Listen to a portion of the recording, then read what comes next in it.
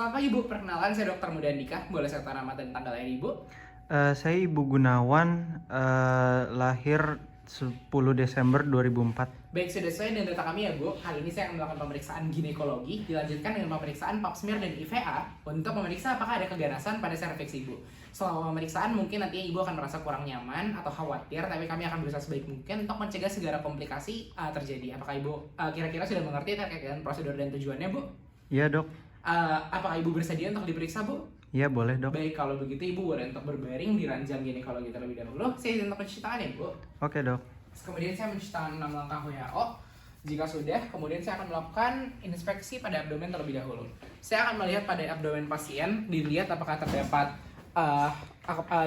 terdapat benjolan, tidak ditemukan ada benjolan. Kemudian dilihat apakah ada pusatnya bagaimana, tampak bulat dan mencekung. Kemudian dilihat apakah apakah ada perubahan warna atau kelainan kulit, guratan, lesi atau ruam. Pada pasien tidak ditemukan abnormalitas tersebut. Kemudian saya akan melakukan palpasi superficial dan dalam pada 9 regio abdomen. Ibu kalau misalnya nyeri bilang ya Bu. Palpasi dilakukan pada 9 regio abdomen selayaknya pemeriksaan PF gastro. Tadi ada nyeri di lumbal ya Bu. Jika ada nyeri, lakukan juga palpasi dalam pada 9 regio.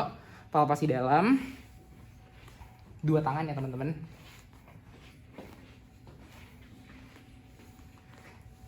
Ada nyeri di bagian lumbal. Jika pasien merasakan ada nyeri pada satu regio, lakukan pemeriksaan nyeri lepas.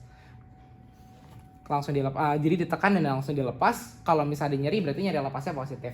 Oke, pemeriksaan palpasi abdomen sudah selesai. Kemudian saya akan melakukan pemeriksaan palpasi pada daerah lipat paha untuk mencari apakah ditemukan ada benjolan atau bisul.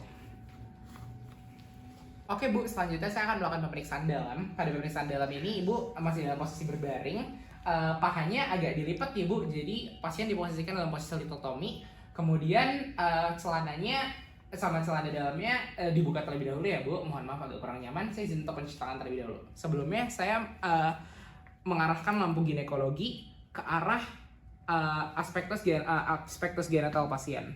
Kemudian saya mencuci tangan 6 langkah WHO. Jika sudah, kemudian saya menggunakan sarung tangan.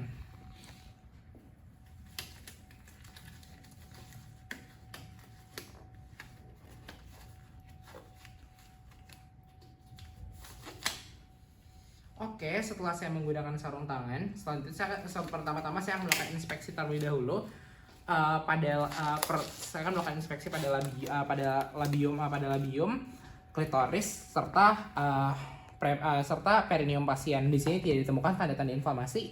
Kemudian saya akan membuka terlebih dahulu dengan menggunakan jari telunjuk dan ibu jari tangan kiri. Dibuka. Kemudian saya akan melakukan inspeksi juga pada ureter, introitus vagina, klitoris, serta labium. Di sini juga tidak ditemukan adanya tanda-tanda inflamasi. Jika sudah, kemudian saya akan melakukan pemeriksaan palpasi pada labium minus pasien. Pada bagian kanan labium minus dicubit dengan menggunakan jari tangan kanan seperti ini. Kemudian pada yang bagian kiri labium minus dengan menggunakan jari tangan kiri. Ada nyeri gak Bu? Gak ada ya, tidak ada nyeri dan tidak ada benjolan juga. Selanjutnya saya akan melakukan pemeriksaan Klenger scanner, di mana saya menggunakan satu jari telunjuk dimasukkan kemudian melakukan palpasi pada bagian atas mendekati orifisium, mendekati komisura anterior vagina. Di sini tidak dirasakan adanya benjolan. Ada nyeri ya Bu? Gak ada ya. Kemudian saya akan melakukan perabahan pada kelenjar Bartholin pada pukul 4 dan 6 pada komisura posterior pasien. Diraba. Tidak ada ditemukan ada keputihan. Ada nyeri gak Bu? Tidak ada ya. Oke, berarti tidak ditemukan ada kista atau abses Bartholin. Selanjutnya, setelah pemeriksaan Bartholin, saya akan melakukan Ibu silakan untuk mengejan ya Bu seperti ingin pup gitu. Oke, coba Bu. Nah, kalau misalnya periksa juga apakah ditemukan ada benjolan pada pasien. Selanjutnya saya akan melakukan pemeriksaan inspekulo. Sebelum itu kita perlu tahu alat dan bahan yang digunakan, yaitu saya membutuhkan lidi kapas, sitobrush, spatula Aina, spekulum cocor bebek, klem, kapas, juga membutuhkan asam asetat, serta gelas objek. Oke, selanjutnya saya akan melakukan pemeriksaan spekulo. Pada pemeriksaan spekulo, pertama-tama letakkan telunjuk pada komisora posterior vagina pasien. Lalu pegang in spekulo dengan menggunakan tangan kanan dan dimasukkan ke dalam vagina pasien dalam posisi memanjang. Masukkan. Jika sudah cukup masuk, kemudian spekulum cocor bebek dirotasikan 90 derajat ke arah bawah. Lalu buka pengunci dan buka pengungkitnya. Di sini akan terlihat, lalu kunci juga spekulum cocor bebek, dan untuk fiksasi. Dan kita bisa melihat di sini ada porsio pasien, porsio vaginale cervicis. Dari porsio vaginale cervicis pasien ini perlu kita nilai apakah ada CA cervix atau cervicitis, karena jika ada CA cervix, maka pemeriksaan pap smear dan IVA tidak boleh dilanjutkan. Selanjutnya saya akan melakukan pengambilan spesimen dari spesimen pap smear dengan menggunakan spatula Aina yang seperti ini, teman-teman. Bagian yang lebih dalam itu dimasukkan ke dalam ostium uteri externum. Kemudian dimasukkan, kemudian diputar 360 derajat dari bagian yang lebih pendek ya.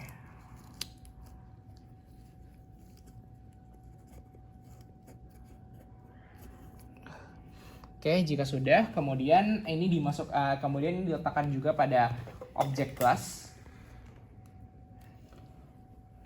Kemudian dibuang.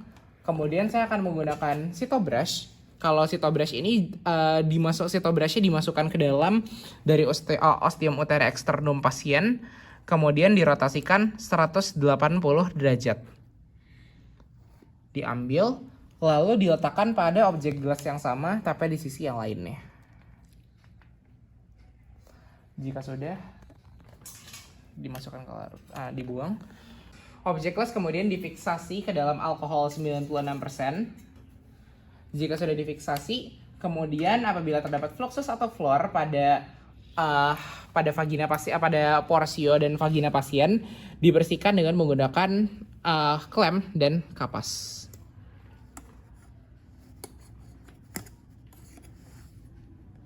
Kemudian dibuang. Oke, setelah pemeriksaan pap smear sudah selesai, dilanjutkan dengan pemeriksaan IVA. Pada pemeriksaan IVA, terlebih dahulu kita perlu mengidentifikasi adanya zona SSK atau squamocolumnar junction serta zona transisional. Jika sudah teridentifikasi, kemudian saya mengambil lidi kapas dan mencelupkannya ke dalam larutan asam asetat. Jika sudah, kemudian zona SSK dan zona transisional itu diteteskan atau diusap dengan menggunakan asam asetat, buang, dan tunggu selama 1 menit. Jika terdapat lesi acetowhite lesion, maka sudah terdapat adanya lesi prekanker, dan berdasarkan keparahannya, jika ada lesi prekanker, pasien diminta untuk dilakukan krioterapi. Sementara apabila serviksnya sudah lesi ganas, perlu dilakukan radioterapi atau kemoterapi. Oke, selanjutnya apabila pemeriksaan IVA sudah selesai, jangan lupa untuk melakukan dekontaminasi pada pasien dengan menggunakan klem dan kapas agar angkat kembali sisa-sisa dari cairan asam asetat. Jika sudah, dibuang. Kemudian jika sudah, saya mengangkat spekulum cocor bebek kembali. Penguncinya dibuka. Kemudian pengungkitnya tidak perlu ditekan, agak ditarik sambil dirotasikan 90 derajat dan ditarik dari vagina. Jika sudah, dimasukkan ke dalam larutan klorin 0,5% selama 10 menit dan lakukan pemeriksaan vaginal touch atau pemeriksaan bimanual. Untuk pemeriksaan bimanual sendiri, pertama-tama buka jari telunjuk, vulva pasien dengan menggunakan jari telunjuk dan ibu jari tangan kiri. Lalu masukkan jari telunjuk kanan terlebih dahulu, disusul dengan jari telunjuk dengan jari tengah kanan hingga mencapai porsio pasien. Jika sudah, suprasymphysis diletakkan pada tangan kiri pasien diletakkan pada suprasymphysis dan porsio digoyangkan untuk melihat untuk melakukan pemeriksaan bimanual. Dari perabaan pada pemeriksaan bimanual ini, teraba mukosa pasien tampak licin serta tidak ditemukan adanya nyeri goyang porsio. Baik Bu, pemeriksaannya sudah selesai. Selanjutnya Ibu boleh kembali ke tempat duduk terlebih dahulu dan mengenakan pakaian kembali ya Bu. Jika sudah, kemudian saya membersihkan daerah bekas Ibu dengan menggunakan larutan klorin 0,5%. Oke, jika sudah dibersihkan, kemudian saya merendam sarung tangan saya pada larutan klorin 0,5%. Lalu membuang sarung tangan dan direndamkan di dalam larutan klorin 0,5% selama 10 menit. Cuci tangan dengan 6 langkah WHO. Dan sampaikan hasil pemeriksaan kepada pasien. Baik Bu, berdasarkan hasil pemeriksaan tadi, tidak ditemukan adanya lesi prekanker ya Bu. Kemudian baik pada pemeriksaan pap smear dari hasil pemeriksaan lab serta pada pemeriksaan IVA. Nantinya dikarenakan tidak ditemukan adanya lesi acetyl white lesion atau keputihan, nantinya Ibu harus pemeriksaan kembali ya Bu untuk pap smear setiap 3 tahun dan untuk pemeriksaan IVA setiap tahun. Kira-kira apakah Ibu ada yang ditanyakan? Tidak ada. Oke, kalau gitu pemeriksaannya sudah selesai. Ibu boleh kembali ya Bu. Terima kasih Bu.